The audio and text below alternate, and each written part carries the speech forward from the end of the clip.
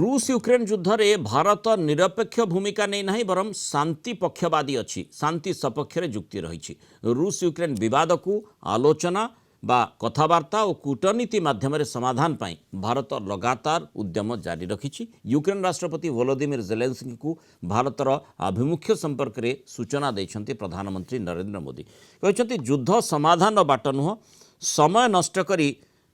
Ukraine एवं रूस आलोचना टेबल को आसिबा उचित। ता सहित यूक्रेन गस्तरे थिबा प्रधानमंत्री मोदी यूक्रेन राष्ट्रपति द्विपाक्षिक प्रतिनिधि स्तरीय आलोचना भी करिसेंति किंतु युद्ध संपर्क में जो मंतव्य रखिंट अत्यंत गुरुत्वपूर्ण कारण भारत सब बेले शांतिकामी होई आसी। अधिक आलोचना करने संपर्क में आम सहित अंतर्जातीय व्यापार विशेषज्ञ डॉक्टर निहार रंजन दास जोड़ी होइछन। डॉक्टर दास स्वागत करिबा आलोचना को। जो भली भाव में अपेक्षा थिला मोदींकर मंतव्य कौन रहिबो कीव्रे मोदींकर जो मंतव्य रही विगत दिन जो मंतव्य रही जे वर्तमान समय युद्धर नुहे आबे जो गुरुत्वपूर्ण कथाटी से कहते युद्ध समाधान बाट नुहे तेणु समय नष्ट न करी कारण उभय पक्ष निश्चय देखि सारे युद्ध दीर्घ दिन धरी से कले कौन से समाधान बाट बाहरुनी ताले गोटे बाट होची केमिति बैठक करेंगे आलोचना करेंगे कथबार्ता कूटनीति माध्यम समस्यार समाधान बाहर करा जाई पारिबो। तेणु ये जो कथाटी भारत रही केते गुरुत्वर सहित उभय पक्ष नेबे देखु ये प्रथम भारत तरफ कहुई कौन प्रकार डिप्लोमेसी और डायलॉग बिना कौन समस्या समाधान हेबनी सेटा को आम प्रधानमंत्री इंटरनेशनल फोरारे अतीत दोहराई आज कथा सेटा को वर्तमान जदि दुई पक्ष एवं भारत तरफ आप देखिए जो भाव में आम विदेश मंत्री स्पष्ट कि भारत समस्त प्रकार पॉसिबिलिटी जहाँ जहाँ कर संभावना अच्छे करने प्रस्तुत अच्छी किंतु कथा हूँ जे भारत को जदि दुई पक्षर कौन प्रकार रोल प्ले करने कहुए सेटा ही भारत तापर ही भारत किंतु भारत आप देखु आमर जो गोटे प्रकार पॉलिसी रही आमे आमर संपर्क को लेकिन पड़ोसी राष्ट्र मान सहित जो अति अन्यर मध्यस्थता चाहे भारत ठीक से इंटरनेशनल फोरारे अन्य राष्ट्र मान गोटे निजे तरफ इनिशिएटिव लेकी कौन प्रकार डॉक्टर दास जिते मोदी रूस गस्त करथिले पुतिन को सहित साक्षात करथिले तांकर मंतव्य को निश्चय यूक्रेन अपेक्षा करिथिला। वर्तमान जिते यूक्रेन गस्तरे मोदी रही माने जेलेंस्की सहित जो आलोचना करागला ता परवर्ती समय जो मंतव्य रखिछन ताकू मध्य पुतिन विभिन्न दृष्टिकोण आलोचना माने ताकू समीक्षा करिथिबे से आधार जो कथाटी आम आलोचना भितर को आनीचे युद्ध समाधान बाट नुहे समाधान बाट यदि बाहर था ताहले यथेष्ट आगु बाहरी सारी था एमती उभय देश युद्ध कर चली न थांते आमती जेलेंस्की निजर रणनीति बदलैछंती अंततः रूस भीतर को प्रवेश करी यूक्रेन सेना जमती निजर शक्ति प्रदर्शन करुछि ता मध्य मोदी को ता मध्य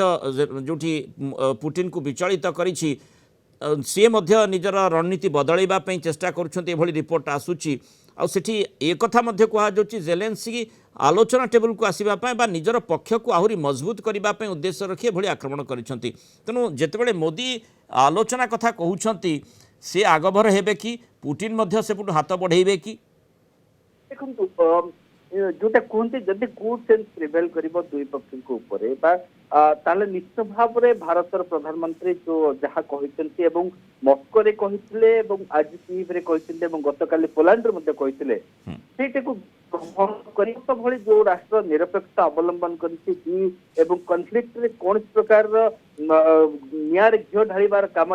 करना केबे भी करिवो नहीं से भली राष्ट्र को निश्चित भाव में इसे सामिल करने आगभर हेबा उचित कारण कथा हूँ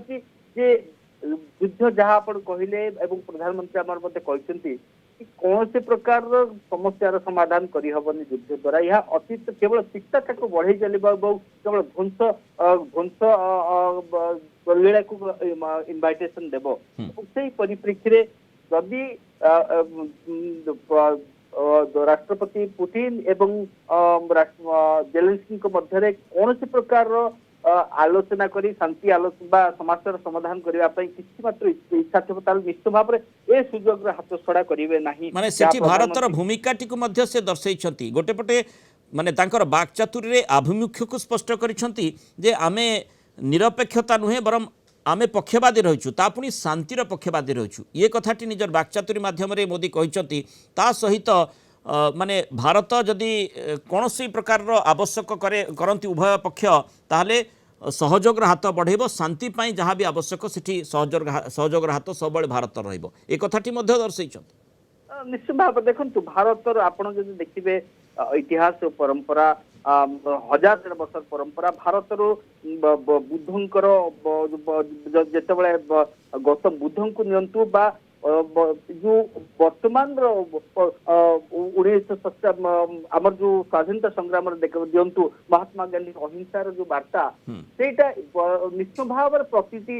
ପ୍ରତି ସମୟରେ ଭାରତ ବିଶ୍ୱକୁ ତାକୁ ଦୋହରାଇଛି ଏବଂ ସେ ବର୍ତ୍ତମାନ ପ୍ରଧାନମନ୍ତ୍ରୀ ମଧ୍ୟ ସେୟା କରିଛନ୍ତି। ଭାରତ ସବୁବେଳେ ଶାନ୍ତିର ପକ୍ଷ। ଭାରତର ଭେଷ୍ଟେଡ ଇଣ୍ଟରେଷ୍ଟ ହଉଛି ପିସ୍, ଷ୍ଟାବିଲିଟି ଆଉ ଟ୍ରାଙ୍କୁଇଲିଟି, ସବୁ ରାଷ୍ଟ୍ରମାନଙ୍କ ମଧ୍ୟରେ ସ୍ଥିରତା ଏବଂ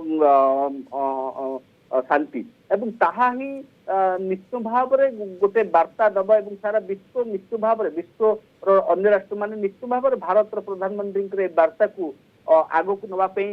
ନିଶ୍ଚିତ ଭାବରେ ଆଗଭର ହେବେ। ତେଣୁ କଥାବାର୍ତ୍ତା ଓ କୂଟନୀତି ଦୁଇଟି ଗୁରୁତ୍ୱପୂର୍ଣ୍ଣ ଶବ୍ଦ ରହିଛି, ଯାହାପରେ ଉଭୟ ପକ୍ଷ ନିହାତି ଗୁରୁତ୍ୱ ଦେବାର ଆବଶ୍ୟକତା ରହିଛି। ମୋଦି ମଧ୍ୟ ତାକୁ ଦୋହରାଇଛନ୍ତି।